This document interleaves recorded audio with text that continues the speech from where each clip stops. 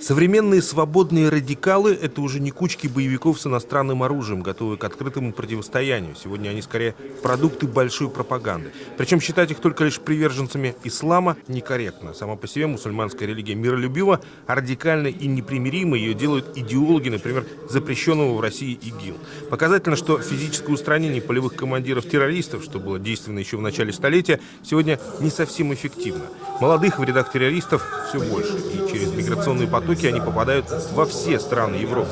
Лекарство от их идей в обществе к этому моменту уже должно быть готово. То есть, если мы имеем проблему воздействия на чьи-то начатое сознание, значит, нам этому нужно противостоять и рассказывать, как должно быть. Как не должно быть, мы должны рассказывать. Поэтому целью является разъяснение сущности терроризма, его крайне ответственной опасности, а также проведение активных мероприятий по формированию стойкого неприятия обществом идеологии терроризма в различных ее проявлениях, в том числе и религиозно-политического экстремизма.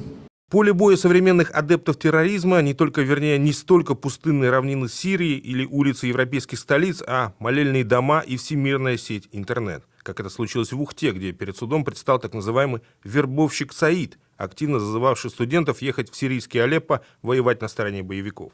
Пресекли вовремя. Впрочем, заглянуть во все паблики и закрытые группы в соцсетях и выявить экстремистов чисто физически у силовиков возможности нет. Функционально она есть у специальной программы, которая выявляет сайты с запрещенным контентом. Схема блокировки уже отлажена. Что происходит дальше?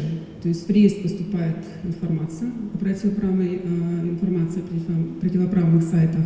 Далее, согласно пункта 5 статьи 15.1 149 Федерального закона, оператор связи, оказывающий услуги доступа к сети интернет, обязан в течение суток с момента включения в реестр сетевого адреса сайта ограничить доступ к такому сайту. Начиная с 1 декабря контроль за соблюдением операторами связи проводит автоматизированная система «Ревизор». Автоматизированная система позволяет добиться значительного снижения количества нарушений требований блокирования противоправных интернет-ресурсов. Грубых нарушений у лицензированных информационных порталов в республиканском сегменте интернета нет. Есть мелкие, требующие уточнения, но в целом информация по экстремизму по-прежнему у нас вне закона. Максим Васильев, Антон Ворожищев, телеканал Юрган, Сыктывкар.